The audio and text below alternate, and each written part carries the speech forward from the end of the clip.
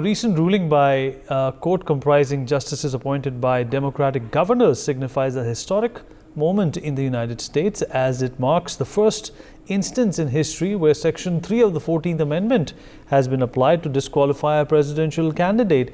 And as the US goes for presidential elections, Donald Trump and US President Biden have locked horns once again.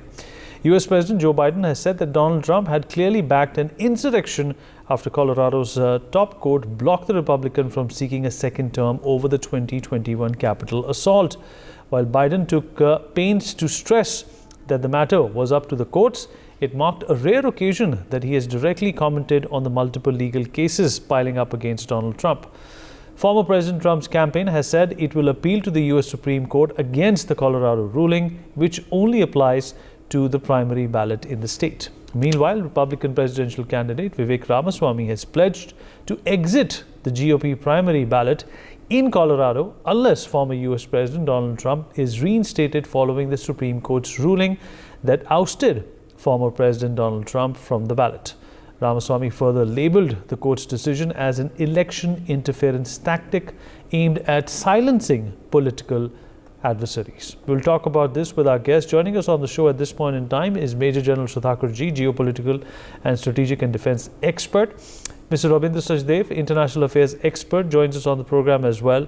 Last but not the least, Joyita Basu, editor of the Sunday Guardian, with us on the broadcast as well. Before we in fact dip into this debate, we're going to look at this face-off.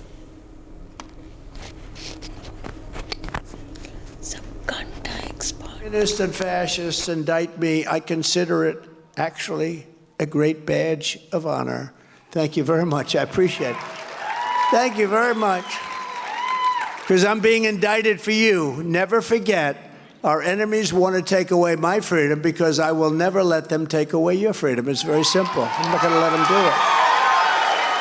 They want to silence me because I will never let them silence you. And in the end, they're not after me, they're after you. I just happen to be standing in their way, and I always will stand in their way. Well, I think certainly they're self-evident. You saw it all. Now, whether the 14th Amendment applies, I'll let the court make that decision. But he certainly supported an insurrection. And no question about it. None. Zero.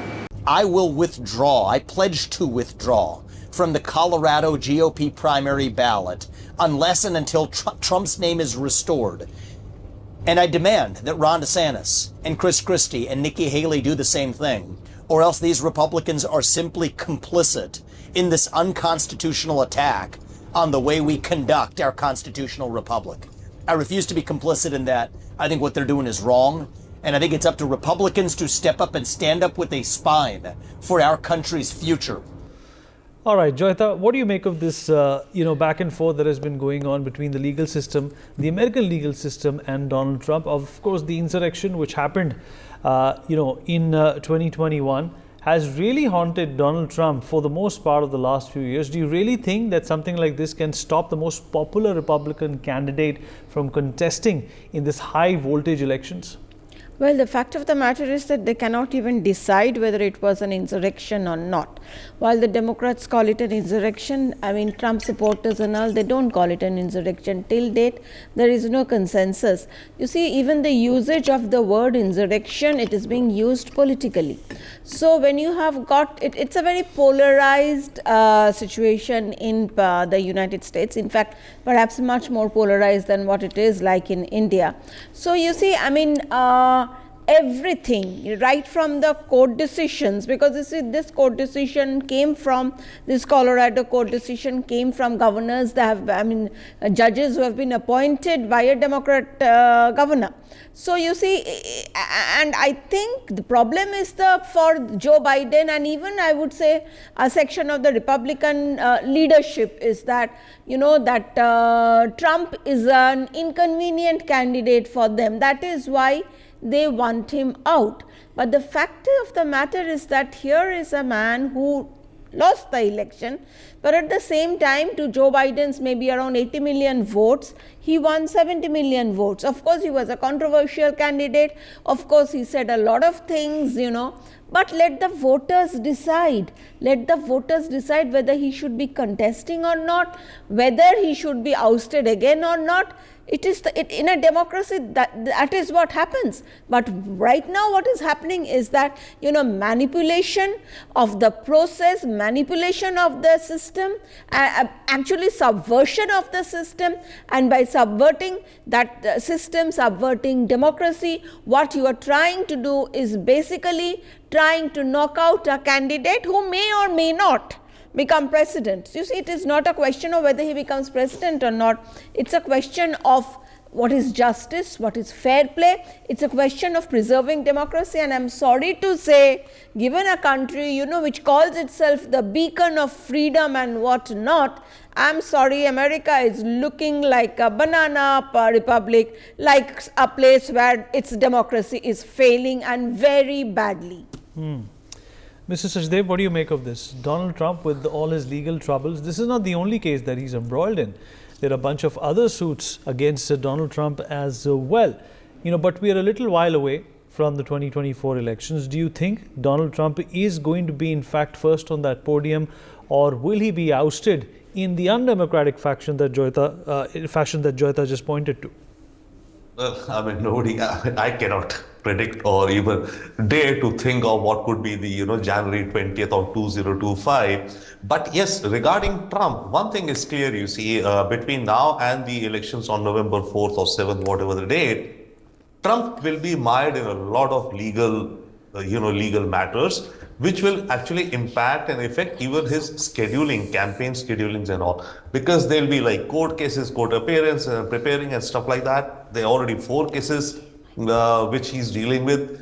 And the timelines of all of those cases are kind of running in parallel. So that's one thing very clear. So Trump will be in and out of courts, maybe all the way till November 8th. One, that's clear. Second, what's also clear is that each time, Trump gets cornered by a legal case or something, so far it has been, that he works up his base, and as you showed in your introductory, video overall, he positions himself that, they are coming after me because I'm protecting your freedom. They want to get me out so that they can take away your freedom, bottom line, in a way, right? So that's the, that's the pitch he's building, and his campaign goes out the minute, like last night, his campaign started sending out emails immediately for fundraising. Because what matters for a campaign is funds, political campaign in the US, everywhere in the world, but in the US more so because it has to be collected in a very transparent manner, so to say. So, they are sending out SMSs, they're sending out, emails, etc., donate. So each time he has monetized each one of his such appearances to raise more money for his campaign. Now apart from that, overall, it could happen that, he is mired in so many cases, and I think Joyita was mentioning manipulation. See, this judgment of the Colorado Supreme Court, it's very well kind of poised to encourage in some other states against such cases. And the nature of America is that, as we all know, the legal system is different in each state, and also the electoral system is different in each state. Whether they'll use paper ballots or electronic machine, how many days before, you can cast a ballot, a mail ballot. So in the United States, there are 50 different methods of electoral process. Great. And that creates a mess and timelines also, right? So what we will see is, we will see a stress and a stretch, I think both.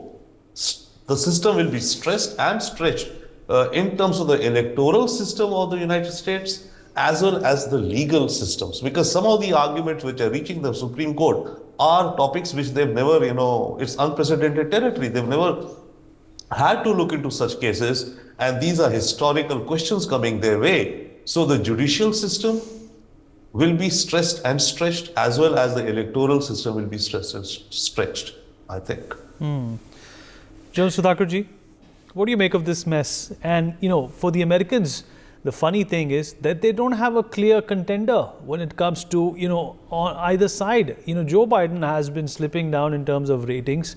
Donald Trump, the states that he won way back in 2016, perhaps do not want to go with him, because obviously what happened in 2021, which of course is referred to as quote-unquote the insurrection, has left an indelible mark in the psyche of the people who also wanted to support Donald Trump. What kind of a situation does America find itself in at this point in time? Do you think it is that ideal, statement that we can make right now that they're stuck between the devil and the deep blue sea?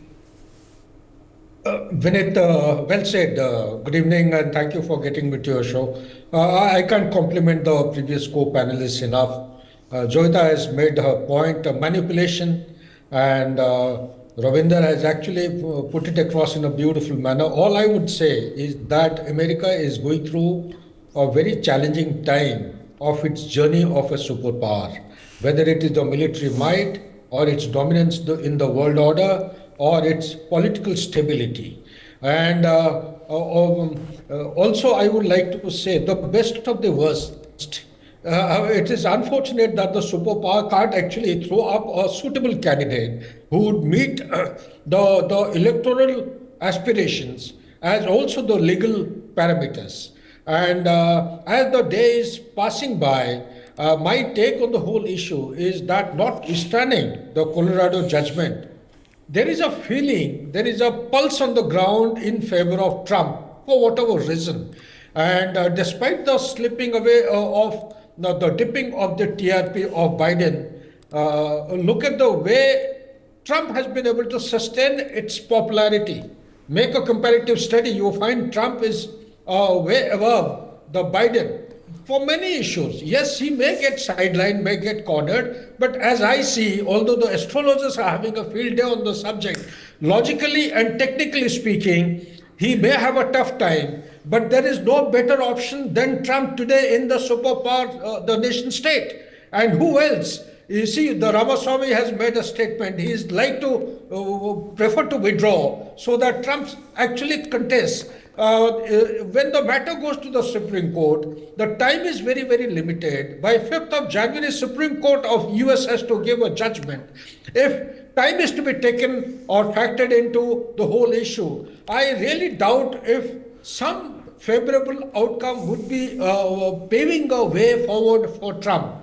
But these are the all speculative kind of assessments that one is making. I would like to, give a chance to the very system of US to stabilize, let them put their heads together. It is the people of the United States of America who have to decide between the Democrats and the Republicans.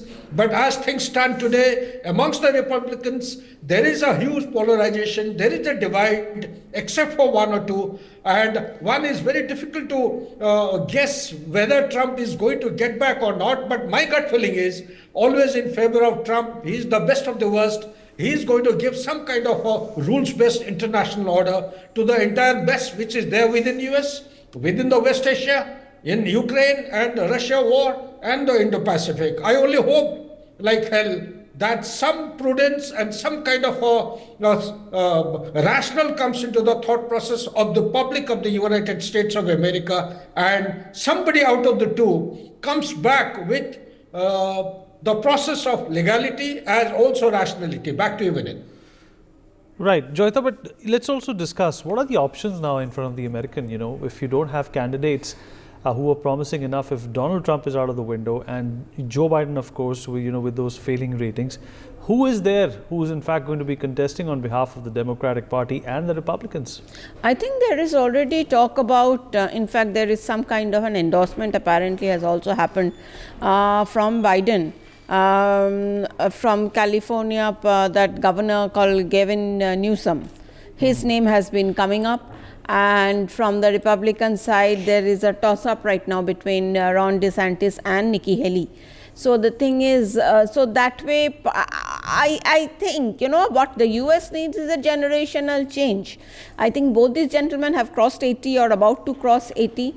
So they have lived past their prime. It is there are problems. I think there are health problems that Biden is suffering from, and there is a possibility that the Democratic Party will not be, is not too eager to make Biden contest again, because then if he contests again and if there is Trump, there is a possibility that he is going to lose. And in fact, some pollings have suggested that if Nikki Haley is the candidate, then Trump is going to lose hands down. There is no, not Trump, sorry, Joe Biden will lose hands down. So right now these two, I mean, Nikki Haley is right now one of the main contenders, but yes, none of the Republican contenders can or stand a chance when it comes to Trump. Trump is way ahead. If Trump's rating is something like 50, 60%, the rest of them are in the ranges of 13, 14, 20 and all.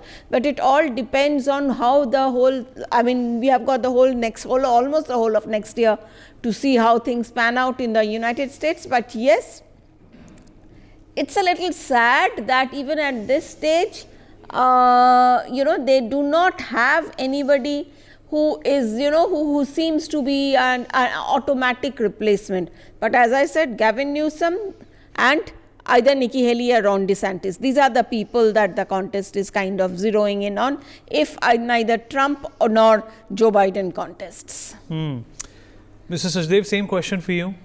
What is the toss-up going to be about? Ron DeSantis, Nikki Haley, of course, are some bright, new faces for the Republican Party. But do they have, the capability of galvanizing, the Americans into voting for the Republican Party, similar to how Trump did?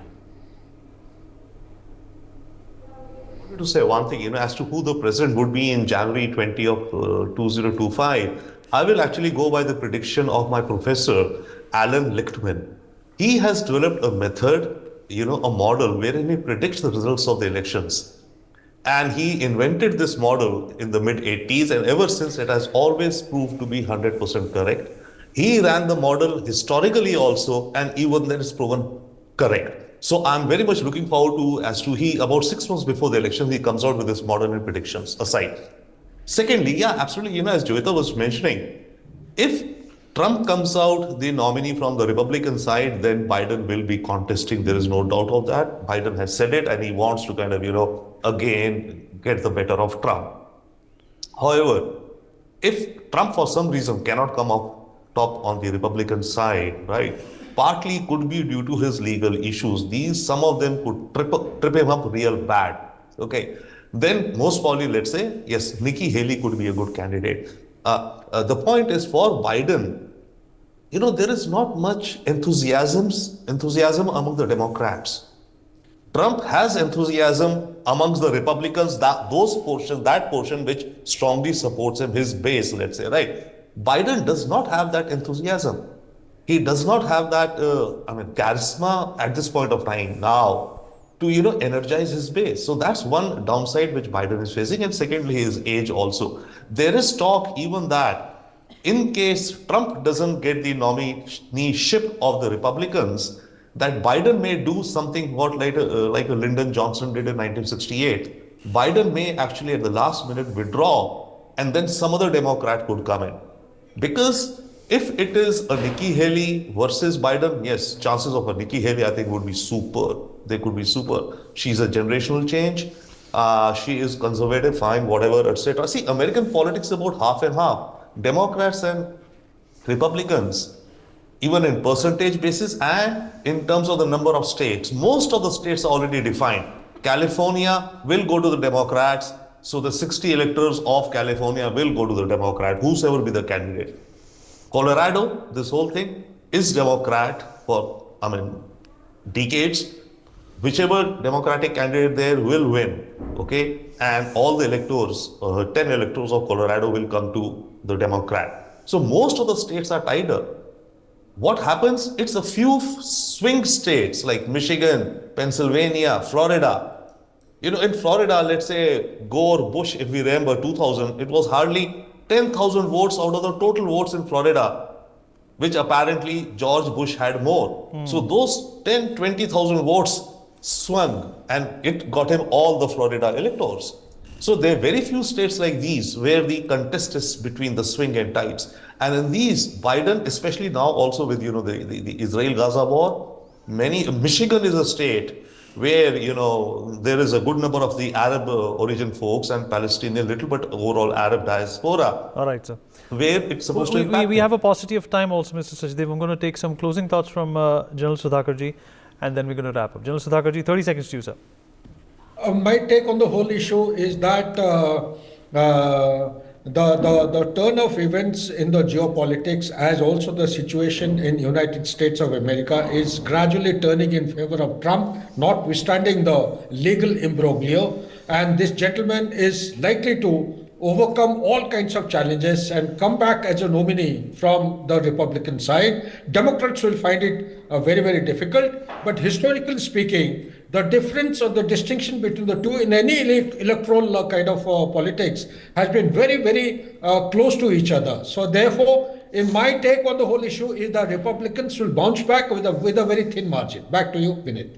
All right, great points were made here, but of course there's still time and there's still space for a number of these candidates to navigate their space into the White House come 2025. For more such videos, subscribe to the NewsX YouTube channel, hit the bell icon.